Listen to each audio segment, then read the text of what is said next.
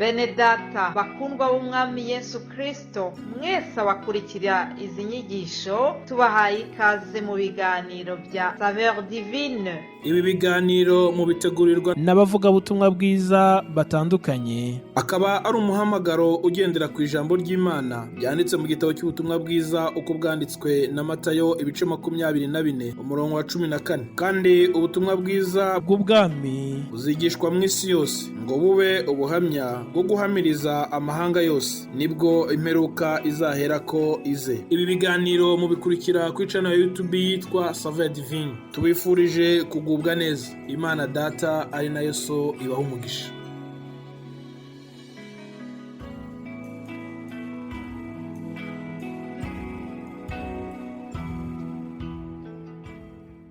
Yesu nashimwe, nshuti z'umusaraba, bakunzi ba SAVEUR divine. Ngewe tuvugana nk'uko bisanzwe ni Pastor Éric NZAMWITA. Ndabasuhuje mu izina ry'umwami wacu Yesu Kristo, kandi mbifuriza ibihe byiza mu izi mpera z'umwaka, kandi mfatikanije namwe gushimira Imana yo yabanye natwe uyu mwaka wose, tukaba tugejeje ku munsi nakwitubanziriza wa nyuma w'umwaka wa 2024. Uyu mwanya rero ndagira ngo duhagarare ku majambo abiri numva ari mu mutima wanjye. Turifashisha Zaburi ya 34 umurongo wa 2 na Zaburi ya 90 umurongo wa 12. Psaume chapitre 34 verset 2 et puis Psaume 90 verset 12. Haragira hati: nzahimbaza Uwiteka iminsi yose, kandi ishimwe rye rizaba mu kanwa kanjye iteka. Imana yacu ishimwe. Psaume chapitre 90 verset 12. Haragira hati ni chapitre ya 90 umurongo wa 12 muri Zaburi. Haravuga ngo utwigishe kubara iminsi yacu, uburyo butuma dutunga imitima y'ubwenge. Nshuti z'umusaraba, bakunzi ba SAVEUR divine, kuko babwiye turi mu mpera z'umwaka, aho turimo dushima Imana ko yaturinze. Kubera iki tugomba gushima? Uyu mwanditsi wa Zaburi Dawidi aterura amagambo ye aragira ati: nzahimbaza Uwiteka mu kubaho kwanjye kose, kandi ishimwe rye rizaba mu kanwa kanjye iteka ryose. Imana yacu ishimwe. Ndagira ngo dufatikanye kumva iri shimwe uyu mukozi w'Imana yateruye, kandi nanjye ndi mu murongo umwe nawe. Niko ndimo nifuriza abanyumva, abanzi n'abakurikira ubutumwa bwiza muri iki kiganiro cya SAVEUR divine. Ubwo turimo dushima Imana muri 2024 turangije, Imana izaduhe no kurangiza neza 2025, ariko tuyishimira mu Imana twifatikanya n'uyu mwanditsi wa Zaburi, aho yagize ati: nzahimbaza Uwiteka mu kubaho kwanjye kose, kandi ishimwe rye rizaba mu kanwa kanjye iteka. Iki ni icyifuzo yagize, nanjye mfite, nawe wagira. Ariko mwuko guhimbaza Imana, ndagira ngo tuzibande cyane kuri iki kibazo cyangwa se kuri iki cyifuzo uyu mwanditsi wa Zaburi nawe wa 90, aho yagize ati: umwana yanjye utwigishe cyangwa se unyigishe, reka mbishyire mu bwinshi, utwigishe kubara iminsi yacu kugira ngo tubone uko dutunga imitima y'ubwenge. Ndagira mbabwire ngo iyo umunsi uvuyeho, ubu impamvu turimo dushima nuko tukiriho. Turibuka bagenzi bacu batakomeje, ubuzima butemeye, bagiye mu mwaka hagati. Ubuzima bw'iyi si mufata nka bisi abantu baba barimo, cyangwa indi transport public abantu baba barimo, bagira kuri are imwe, bamwe bakavamo ariko abandi bakinjira. Ubu rero twega bakiri muri iyo bisi twita isi, dufatikanye gushima Imana. Kubera iki dushima Imana? Umwanditsi wa Bibiliya mu gitabo cy'umubwiriza yaravuze ngo abazima bazi ko bazapfa, ngo ariko abapfuye ntacyo baba bakizi. Imigambi yabo yaba mibi cyangwa yaba myiza, nta kiba igikomeye, nta kibi kimaze. Ariko twebwe abakiri bazima dufatikanya gushima Imana kubera kuko proje zacu zirimo na proje yo gukiranuka ziba zibandanije cyangwa se ziba zikomeje. Kandi Bibiliya ikomeza itubwira amahirwe umuntu uriho arusha uwagiye. Kubera iki? Ni ukubera kuko niba uriho ukiranuka uba ufite amahirwe yo kongera imirimo yawe yo gukiranuka. Imana yacu ishimwe. Ndifuriza abantu bose bamenye Imana, abantu bose bakiranukira Imana, abantu bose bahagaze mu gakiza neza, kumva ko batagomba gukuroza amaboko, ahubwo bagomba gukoresha uko bashoboye kuko iminsi ni mikeya, bakongera imirimo yabo yo gukiranuka. Andi mahirwe rero umuntu waba uriho ariko akaba atarakizwa afite, nuko kuva ugihumeka umwuka w'abazima uracyafite amahirwe yo kuba wakwihana. Imana yacu ishimwe.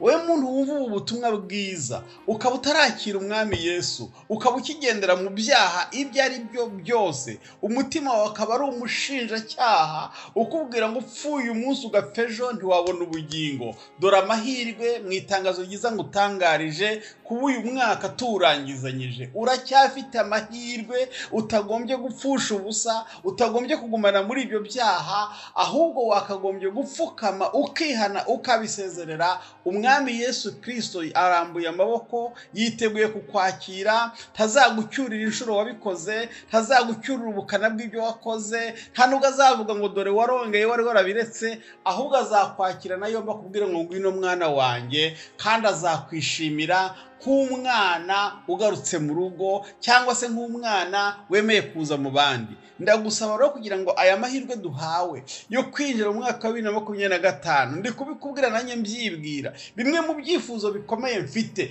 ni ugukomeza kubanira Imana neza, nkagirana urukundo, nkagirana ubumwe, nkagerageza gukora iby'Imana ishaka uhereye ubu kuzageza umunsi izampamagara. Kandi Uwiteka yaravuze, mfite isezerano ryiza yuko ari njye ari wowe azabidufashamo. Kubera iki rero ndi kuvuga aya magambo? Natangiye mbibabwira ko rukubera ko turi mu mpera z'umwaka, ariko nagira ngo nkubwire ngo nubwo twishimiye yuko tukiriho, nubona umwanditsi wa Zaburi ya 90 yatubwiye ngo mwami utwigishe kubara iminsi yacu yo kubaho, ngo tugira ngo tubone uko dutunga imitima y'ubwenge.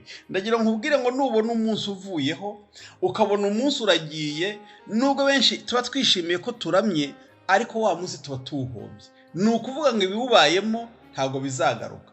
Urugero, uyu munsi ku buzima bwawe n'ubwanjye ni ubwa mbere tuwubonye mu buzima bwacu, kandi andi makuru ngufitiye ni uko uyu munsi utazongera kubaho mu buzima bwawe. Noneho rero twibaza ngo uyu munsi niwo dufatiyeho urugero, uwukoze mw'iki Imana izaguhera ingororano, uwuhombye mw'iki? Ni ikibazo wakagombye kwibaza buri munsi, ukavuga ngo ubwo Imana inyongeye umunsi wo kubaho, ndakora tout effort possible nshakimwe imirimo yo gukiranuka, kuko ahangaha Bibiliya itubwira neza yuko turi abashyitsi n'abimukira. Mu minsi mikeya turataha iwacu, tujye kuzabaho tuzabiteka, batabara imyaka, hahandi hataba indwara, abarwayi mwihangane, hataba ibyago, abagize ibyago mwihangane, hataba amarira, hataba agahinda. Umuririmbyi yavuze ngo nta mubabaro ubayo, nta gahinda, nta ndwara, nta mfubyi zibakubitirwa, nta bapfakazi, nta gupfa no gupfusha. Ibi byose tuzabisiga mu isi y'imibabaro. Ndagira ngo nkwifurize mwene data, nanjye mbyifuriza ngo nubona umunsi utambutse uvuga ngo Mana nkubaniye nde, ngukorera nte, tubanye gute, ugende mu buzima bwawe ufite ibyiringiro uvuga ngo impanda iramutse ivuze, urupfu se rwaramukaruje, niteguye gusanganira umwami wanjye. Si ikibazo cy'imyaka uzamara, si ikibazo cy'iyo umaze, si ikibazo cy'iyo ushigaje, ahubwo iyo umaze wayikoze mw'iki, iyo uhawe amahirwe yo kumara urateganya kuyikora mw'iki. Action plan yawe, plan d'action yawe imbere y'Imana yikurebe iravuga ngo muri iyi mishinga runaka afite harimo umushinga wo gukiranuka. Imana ibafashe, Imana ifashe mu minsi dushigaje, mu mishinga dufite yo kubaka, iyo kurongora no kurongorwa, iyo kugura ibyo tugendamo, iyo kugura aho dutura, iyi mishinga yo kugura impuzu n'imyambaro, imishinga yo kwiga, imishinga iyo ariyo Imana nta gipfa nayo.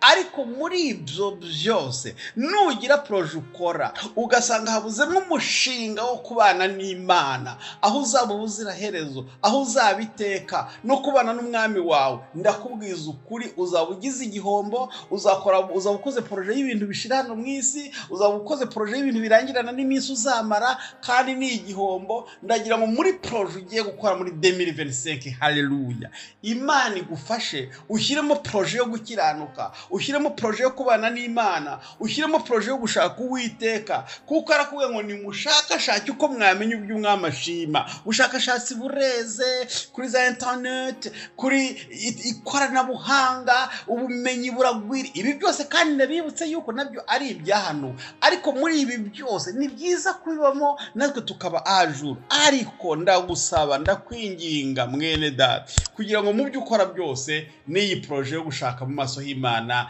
Imana igufashemo, uzabane n'Imana, muzasoza umwaka neza, muzagira ibihe byiza. Umwami Yesu Kristo azarusha kubigaragariza mu izina rya Yesu Kristo umwami wacu.